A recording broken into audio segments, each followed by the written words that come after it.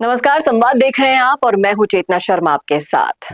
तो कुछ पल की चाहत और जिंदगी भर अंधेरा छा जा सकता है। हिसार के एक होटल से ये घटना सामने आई है जो सिर्फ एक मौत नहीं बल्कि कई जिंदगियों को झकझोर देने वाली त्रासदी बन गई। हिसार के होटल में 32 साल के युवक का शव मिलता है। हरियाणा के हिसार जिले के कालीरावण गांव का निवासी 32 वर्षीय प्रदीप का शव एक शहर के होटल के कमरे में मिलता है।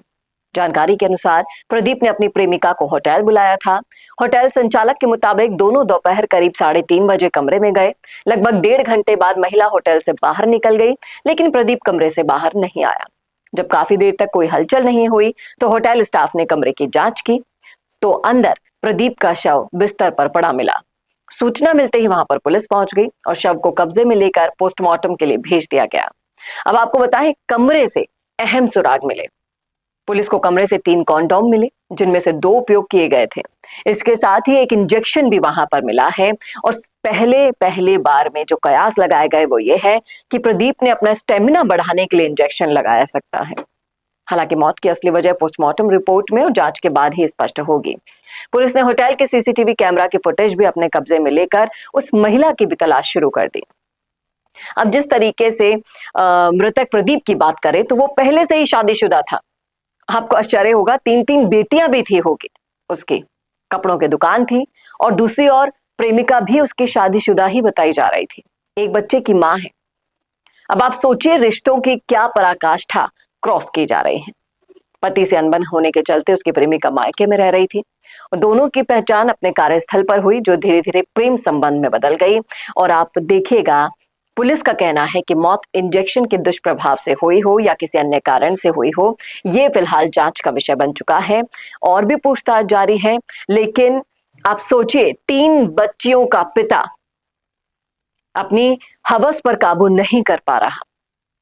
इसी के कारण उसका खुद का निजी जीवन, दूसरी का निजी जीवन, अपने बच्चियों का जीवन सब खराब हो गया। 3 बच्चियों के पिता का साया उनके सर से उठ गया और एक परिवार जो इन सब चीजों से अनजान था गहरे सदमे में डूब गया। पोस्टमार्टम की रिपोर्ट जो भी हो, लेकिन एक बात इससे प्रूव होती है कि बुरे काम का बुरा नतीजा भुगतना होता है। आज नहीं तो कल, कल नहीं तो परसों। क्या कहेंगे आप? बताइएगा जरूर कमेंट करके कमेंट बॉक्स में।